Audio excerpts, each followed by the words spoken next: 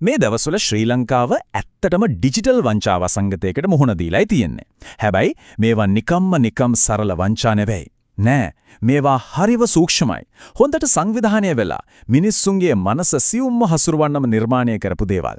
ඇත්තටම කිව්වොත් නූතන වංචාවල මෝනාලීසා වගේ. අපි අද මේ ගැන ටිකක් ගැඹුරින් බලමු. හැක්කවයා විදියට අපි මේ වගේ මෙහෙයුම් 20කටත් වඩා හෙළිදරව් කරලා තියෙනවා. මේ හැම එකකම අපිට දකින්න ලැබෙන්නේ එකම භයානක රටාවක්. ඒ වගේම තමයි මේවට ගොදුරු වෙන කෙනෙක්ට සිද්ධ වෙන මූල්‍ය පාඩුව ඇත්තටම හිතා ගන්නවත් බැරි තරම් ඉහළයි. රුපියල් ලක්ෂ 35. ඔව් මේ තමයි කනගාටුදායක ඇත්ත. දිගින් දිගටම මේ වගේ වංචාවලින් සිද්ධ වෙන සාමාන්‍ය අලාභය. හරි. ඉතින් අද අපි විශේෂම අවධානය යොමු කරන්නේ මේ වංචා අතරින් එකක් වුණු රොයල් මින්ට් නමින් කරලියට ආපු වංචාව ගැන විස්තරාත්මකව කතා කරන්න. හොඳයි. හැම වංචාවකම වගේ මේකෙත් පළවෙනි අදියර තමයි විශ්වාසය ගොඩනගන්න එක. මේක පටන් ගන්නේ හරිම නිහඬ. ඒත් කාටවත්ම ප්‍රතික්ෂේප කරන්න බැරි විදිහේ ආරාධනාවකින්. ඒකම හරිම වෘත්තීය පෙනුමක් තියෙන ව්‍යාජ වේදිකාවකුත් තියෙනවා. ඔන්න මුලින්ම එන්නේ ටෙලිග්‍රෑම් එකට පණිවිඩයක්. කිසිම සමාගමක නමක් නැහැ, කිසිම ලකුණක් නැහැ. ගෙදර ඉඳන් වැඩ කරන්න පැයට රුපියල් 5000ක් උපයන්න පළපුරුද්ද අවශ්‍ය නැහැ. කියන මේ සරල පණිවිඩය විතරයි තියෙන්නේ. ඉතින් මේ වගේ දෙයක් දැක්කම කවුද අකමැති වෙන්නේ නේද? කිසිම බ්‍රෑන්ඩ් නේම් එකක් නැති නිසා මුලින්ම කිසිම කෙනෙක්ට සැකයක් ඇති වෙන්නේත් නැහැ. ඔය නිහඬ ආරාධනාවෙන් පස්සේ කෙනෙක්ව යොමු කරන්නේ theroyalmintbidding.com කියන වෙබ් අඩවියට. මේක බැලු බැලමට හරිම වෘත්තීය පෙනුමක් තියෙන රොයල් කැනඩියන් මින්ට් එකේ වෙබ් අඩවිය අනුකරණය කරපු ව්‍යාජ වේදිකාවක්. ඊළඟට විත්ඩ්‍රෝ කරන්න බැරි වෙල්කම් බෝනස් එකක් උද්‍යාවා. ඒත් මෙතන තමයි වැදගත්ම දේ.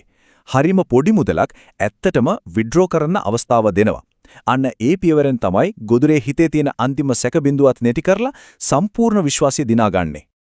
හරි. ඊළඟට එන්නේ දෙවෙනි අදියර ඩිජිටල් රූකඩ සංදර්ශනය. මෙතනදී වෙන්නේ වංචාකාරයෝ හදපු ව්‍යාජ ටෙලිග්‍රෑම් ගෲප් එකකට ගොදුරුව ඇතුළත් කරගන්න එක. හිතන්න මේ ගෲප් එකේ ඉන්න එකම ඇත්ත පුද්ගලයා ගොදුරු විතරයි. අනිත් හැමෝම වංචාකාරයන් පාලනය කරන ව්‍යාජ ගිණුම්. මේ ගෲප් එක ඇතුලේ දිගින් දිගටම පෝස්ට් වෙන්නේ ව්‍යාජ සාර්ථක කතා. මට සල්ලි ලැබුණා. ඇඩ්මින්ට ස්තුතියි. වගේ පණිවිඩ එක්ක ව්‍යාජ බැංකු ට්‍රාන්ස්ෆර් ස්ක්‍රීන්ෂොට්ස් දානවා. ඒ විතරක් නෙවෙයි බෝනස් බැනර්ස්, ඩිපොසිට් චාර්ට්ස් වගේ දේවල් දාලා අනිත් හැමෝමත් සාර්ථකව සල්ලි හොයනවා කියන දෙවන්ත මායාවක් මවනවා. මේ මායාව තවත් ශක්තිමත් කරන්න සමහර ව්‍යාජ සමාජිකයෝ ගොදුරට පෞද්ගලිකවම මැසේජ් කරනවා. ඒ අය කියනවා මේක ඇත්තටම වැඩ මටත් සල්ලි ලැබුණා කියලා පෞද්ගලිකවම සාහතික කරනවා. පොඩ්ඩක් හිතන්න. මුළු ගෲප් එකක්ම සාර්ථක වෙනවා පේනවා. ඒ අතරින් කීප දෙනෙක්ම පෞද්ගලිකව ඇවිත් සහතික කරනවා. ඉතින් කොහොමද විශ්වාස නොකරේ ඉන්නේ? ඉතින් මේ ව්‍යාජ ප්‍රජාව කියන්නේ හරිම සූක්ෂමව හදපු මානසික උගුලක්.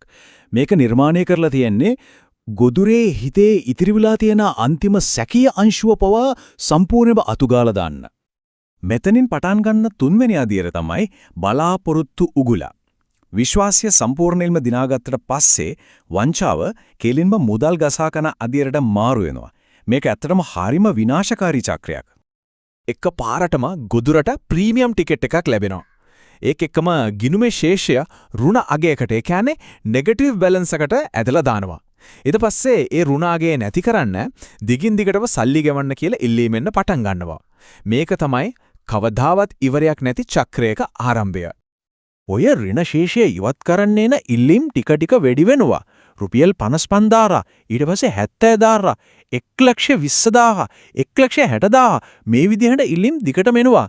භයානකම දේ තමයි සල්ලි ගෙවන හැම වාරයකම හරි තව පොඩ්ඩයි තියෙන්නේ. මේක ගෙව්වම සේරම සල්ලි ගන්න පුළුවන් කියන ව්‍යාජ බලාපොරොත්තුවක් ඇති කරන එක. අන්තිමටම ෆයිනෑන්ස් ඔෆිසර් කෙනෙක් මතුවෙලා සේෆ්ටි ඩිපොසිට්ස් ඒ කියන්නේ ආරක්ෂක තැන්පතු ඉල්ලනවා. ඒ ඉල්ලීම් සාධාරණීකරණය කරන්න මේ වගේ ව්‍යාජ සමාගම් ලියාපදිංචි සහතික ව්‍යාජ බදු ලේඛන පවා පෙන්නනවා. හැමදේම ගෙවලා ඉවර වුණාට පස්සේ වංචාකාරයෝ සම්පූර්ණයෙන්ම අතුරු ගහන් වෙනවා. මේකේ තියෙන භයානකම කාරණේ තමයි අර theroyalmintbidding.com වෙබ් අඩවිය අක්‍රිය කළත් තර්ජනය එතනින් ඉවර වෙන්නේ නෑ. මොකද ඇත්තම තර්ජනීය වෙබ් අඩවිය නෙවෙයි එයා පාවිච්චි කරන වංචාකාරී සැලැස්ම. ඒ සැලැස්ම ඕනම වෙලාවක වෙනත් නමකින් වෙනත් මුහුණුවරකින් ආයමත් ක්‍රියාත්මක වෙන්න පුළුවන්. ඉතින් මේ වගේ වංචාවලින් ආරක්ෂා වෙන්න මේ අනතුරු ඇඟවීම් ටික හොඳට මතක තියාගන්න. පළවෙනි දේ යමක් ඇත්ත වෙන්න බැරි තරම් හොඳයි කියලා හිතනවා නම් ඒක බොහෝ විට එහෙම තමයි.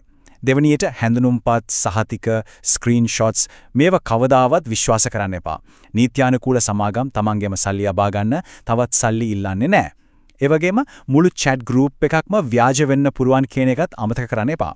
කවුරු හරි ඉක්මන් කරවනවා නම් ඒක ප්‍රධානම මානසික උපක්‍රමයක්. අන්තිමට වෘත්තීය මට්ටමේ වෙබ් අඩවි සහ ලාංඡන හරිම පහසුවෙන් ව්‍යාජව හදන්න පුළුවන්. එනම් දැනටමත් මේ වගේ වංචාවකට ගොදුරු වෙච්ච කෙනෙක් දැනගත යුත්තේ මොනවද? වැදගත්ම දේ තමයි වින්දිතයන් තනි වෙලා නැහැ කියන එක. මේ ගැන කතා කරන එක, හඬක් නගන එක, අනිත් අයව ආරක්ෂා කරන හරිව ශක්තිමත් ක්‍රියාවක්. මොකද මේ වගේ දේවල්ට විරුද්ධව තියෙන ප්‍රබලම ආරක්ෂාව තමයි දැනුවත්භාවය. විමසිල්ලෙන් ඉන්න, සුරක්ෂිතව ඉන්න, හැකවය සමගින් දැනුවත් වෙන්න.